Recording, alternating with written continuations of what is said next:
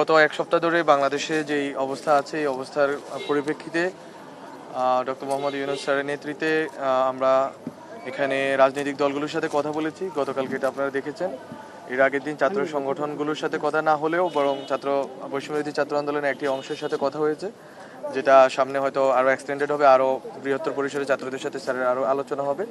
আর আজকে বাংলাদেশের বৃহত্তর চারটা যে ধর্ম আছে, হিন্দু, বৌদ্ধ, খ্রিস্টান, মুসলিম, এই ধর্মাবলম্বীদেরকে আমরা ডেকেছি। ওনাদের বিশেষ করে ওনাদের যেটা হয় ইউজুয়ালি বাংলাদেশে ওনাদের কমিউনিটি লিডার অথবা পলিটিক্যাল লিডারদেরকে ডাকা হয়, কিন্তু আমরা আজকে চেষ্টা করেছি বেসিক্যালি ধর্মীয় নেতৃত্বকে ডাকার জন্য, তাদের সম্প্রদায়ে তাদের ন্যারেটিভ নির্মাণের বা তাদের বক্তব্য পৌঁছানোর যথাযথ উপায় আছে, যথাযথ ব্যবস্থা আছে।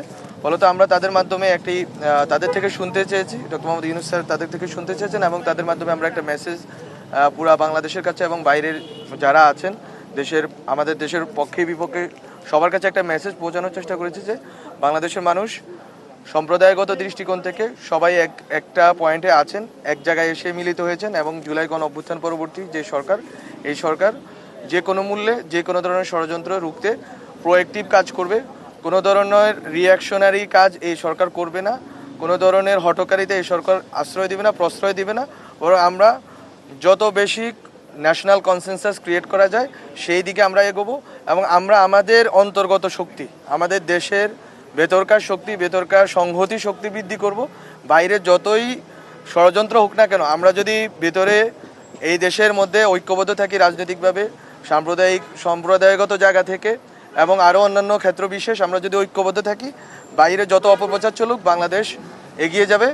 এটাই হচ্ছে ডক্টর মোহাম্মদ ইউনূস স্যার বলেছেন। এবং এখানে যেই ধরনের যদি কোথাও কোনো নিপীড়ন হয়ে থাকে হিন্দু অথবা অন্য কোনো জনগোষ্ঠীর বিরুদ্ধে, আমরা বলি না যে নিপীড়ন হয় না, এটা অল আউট বলাটা এটা অসত্য। কিন্তু যদি হয়ে থাকে সেটার বিপরীতে সরকারের ব্যবস্থাকেও আপনারা প্রচার করবেন। বিশেষ করে সুনামগঞ্জে হওয়ার পরে আমরা ব্যবস্থা নিয়েছি, এবং ওই ব্যবস্থাটা পত্রিকাতে আপনারা মিডিয়াতে বলবেন, যাতে আমাদের যারা সংখ্যালঘু ভাই বোন আছে তারা যেন ট্রাস্ট পান। এই দেশটা সকল নাগরিকের। এবং স্যার শেষমেশ একটা কথা বলেছেন, এই কথা বলে শেষ করি। স্যার বলেছেন সম্প্রীতির তা তো দরকার, কিন্তু সম্প্রীতির সাথে ভয় যাতে জড়িয়ে না যায়, বরং নির্ভয় নাগরিকেরা নির্ভয়ে চলাফেরা করতে পারে, সবার মধ্যে মেলবন্ধন খুবই স্বাভাবিক গতিতে হয়। আমরা এখন ঠেকায় পড়ছি, এই জন্য হিন্দুদেরকে ডাকতেছি, বৌদ্ধদের ডাকতেছি, এইটা যেন না হয়। এটা হচ্ছে স্যারের দৃষ্টিভঙ্গি, এই সরকারের দৃষ্টিভঙ্গি। বরং একটা ইনহেরেন্ট একটা সহজাত যেই আমাদের যে ঐক্য আছে, সম্প্রীতি আছে, যেই আমাদের যে নির্ভয় আছে, সেটা যেন বজায় থাকে। এবং বাংলাদেশ জুলাই গণ অভ্যুত্থান পরবর্তী যেই নতুন পথে রওনা দিয়েছে, এই পথে যাতে আমরা অনেক দূর পর্যন্ত যেতে পারি, এবং বাংলাদেশের সকল ধরনের, সকল মতের, সকল পথের এবং ধর্মের জনগোষ্ঠীকে নিয়ে যাতে আমরা একটা শক্তিশালী রাজনৈতিক জনগোষ্ঠী হিসেবে দাঁড়িয়ে বাংলাদেশকে বিশ্বমঞ্চে দাঁড় করাইতে পারি, এবং এই জুলাই গণ অভ্যুত্থানের স্পিরিটকে বাস্তবায়ন করে যেতে পারি। এই জন্য আমরা ওনাদের সমর্থন চেয়েছি, ওনারা অকুণ্ঠ চিত্তে আমাদেরকে সমর্থন দিয়েছেন, এবং আমরা আশা করি বাংলাদেশ যে গতিতে এগোচ্ছে এবং যেভাবে ন্যাশনাল কনসেনসাস বিল্ড হচ্ছে, এইটা ভবিষ্যতে বাংলাদেশকে অনেক দূর এগিয়ে নিয়ে যাবে।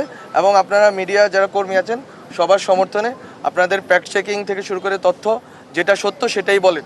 আমাদের গভর্নমেন্ট থেকে কোনো কিছু বলার দরকার নেই, আমরা কোনো প্রেস নোট দিচ্ছি না, বরং আপনারা তৃণমূলে যেখানেই ঘটনা ঘটে সত্যটা তুলে নিয়ে আসেন, আমরা তৎক্ষণাৎ ব্যবস্থা নিব, আইনি ব্যবস্থা নিব। বাংলাদেশে একটা বিষয় খুবই গুরুত্বপূর্ণ, যেটা আমি নিজে বলেছি, তো আপনারা জানেন, যেটা হচ্ছে জুলাই গণ অভ্যুত্থানের এবং শেখ হাসিনার নেতৃত্বে যে fascist government, Awami League government যে গণহত্যা চালিয়েছে, এটার স্বীকৃতি আগে ভারতকে দিতে হবে। এটা হচ্ছে প্রথম। এটা স্বীকৃতি দেওয়ার পর এখানে যত ধরনের নিপীড়নের ঘটনা ঘটেছে, আমরা আমাদের জায়গা থেকে, গভর্নমেন্টের জায়গা থেকে উদ্যোগ নিয়েছি। আপনারা ফ্যাক্ট চেক করেছেন, তথ্য সরবরাহ করেছেন, আমরা আমাদের জায়গা থেকে সর্বোচ্চটুকু করব। ভারতের সাথে সম্পর্কের ক্ষেত্রে অবশ্যই তাদের যে মিডিয়ার যে ভূমিকা, এটা আমরা বারবার যখনই আমাদের কথা বলার সুযোগ হয়েছে আমরা তাদেরকে তুলেছি যে আপনারা মিডিয়ার এই ভূমিকাকে আপনারা এটা কার্টেইল করতে হবে। এটা আপনাদের দেখতে হবে যে এইভাবে এই কোঅর্ডিনেটেড ক্যাম্পেইন যেটা আপনারা চালাচ্ছেন, মিস ইনফরমেশন, এটা আসলে দুই দেশের বন্ধুত্বপূর্ণ সম্পর্কের জন্য হুমকি স্বরূপ। আমরা এটা বলেছি, আমরা আশা করি তাদের সুমতি হবে, এবং বাংলাদেশের মিডিয়ার আসলে এখন দায়িত্ব এসে পড়েছে, দায়িত্ব কাঁধে আপনাদের সবার, আমাদের সবার, যে আমরা সত্যটাকে তুলে ধরবো। সত্যটাকে জয়ী করতে হবে আমাদেরকে, এটা আমাদের দায়িত্ব, এটা আমাদের গণ অভ্যুত্থান, আমাদেরকে রক্ষা করতে হবে।